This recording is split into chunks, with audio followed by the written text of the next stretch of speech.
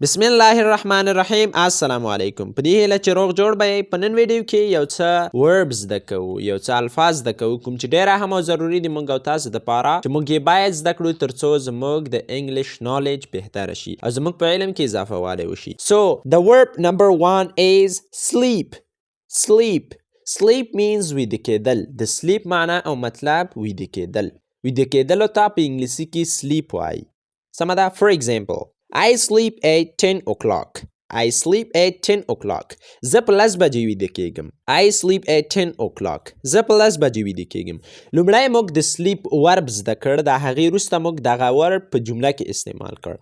I sleep at 10 o'clock. زه په 10 بجې ویده کېږم. هر کله چې غواړئ چې داسې ووایئ چې زه په 10 بجې ویده کېږم، نو تاسو بیا د sleep ورب په جمله کې داسې کارولی شئ. I sleep at 10 o'clock.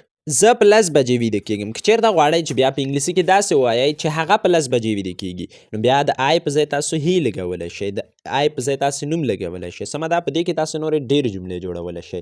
اوس تاسې د سلیپ ورب زده کړل، له دې وروسته به تاسې دغه د سلیپ ورب په جمله کې کاروئ تر څو مو په ذهن کې ونښلي. Verb number 2, eat. Eat. Eat means خوړل. د خوراک خوړل. Eat means خوړل. په انګلیسي کې خوړلو ته eat وایي. For example, راځئ چې په دې کې یو مثال جوړ کړو. I eat with my family. I eat with my family. زه د خپلې کورنۍ سره خوراک کوم. I eat with my family. زه د خپلې کورنۍ سره خوراک کوم. اوس نو په دې کې تاسې ډېرې جملې جوړولی شئ. He eats, they eat. هغوی خوراک کوي، هغه خوراک کوي. And word number 3. اوس راځو دریم ورب ته. I drink water every day. I drink water every day. زه هره ورځ اوبه څښم. Drink means څښل.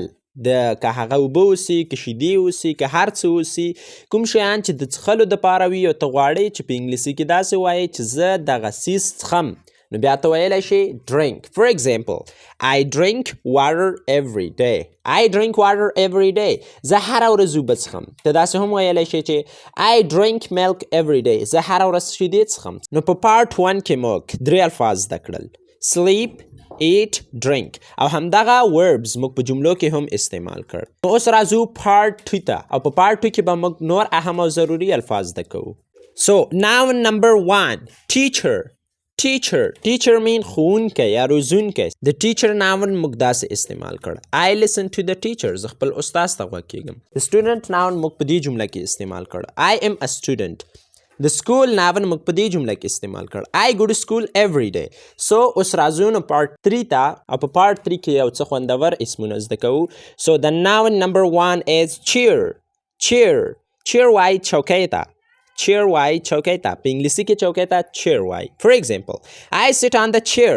I sit on the chair. زه په چوکۍ کېنم. ته چې کله وغواړئ چې په انګلیسي کې داسې وایي چې زه په چوکۍ کېنم، نو ته بیا ویلی شي I sit on the chair. Noun number 2 او دوهم ناون زموږ سره table.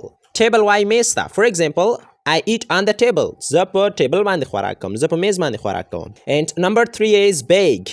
Bag وایي بکسې ته. For example, I carry books in my bag. I carry books in my bag.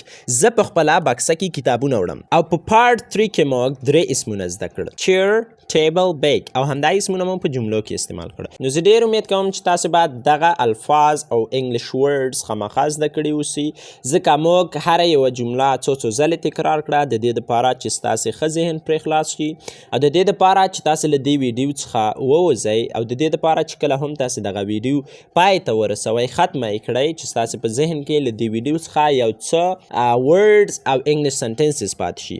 نو که ویډیو مو خوښه شوې وي نو لایک یې کړئ او چینل هم در سره سبسکرایب کړئ تر څو راتلونکي ویډیو تاسو پورې در ورسیږي. See you again. Goodbye.